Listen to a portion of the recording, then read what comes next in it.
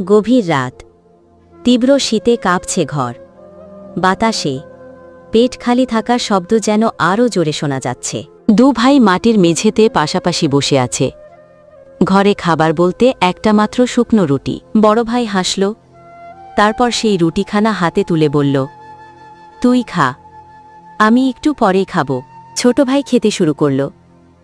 রুটির শেষ টুকরোটা মুখে তোলার আগে একবার বড় ভাইয়ের দিকে তাকাল। ভাই তাকিয়ে আছে এক দৃষ্টিতে, ঠোঁটে অল্প হাসি। একদিন হঠাৎ অফিসে বসে চায়ের কাপে চুমুক দিতে গিয়ে মনে পড়ে সেই একমাত্র রুটি। খেয়েছিল না একটিও কামড়। আর সেই তখন বুঝতেই পারেনি সেই পরে খাবার অর্থ ছিল তোর মুখে যেন একটা কামড়ও কম না পড়ে। চোখের কোণে অশ্রু গড়িয়ে পড়ে, আর মনে মনে বলে, তুই শুধু বড় ভাই না ভাই, তুই আমার প্রথম অভিভাবক।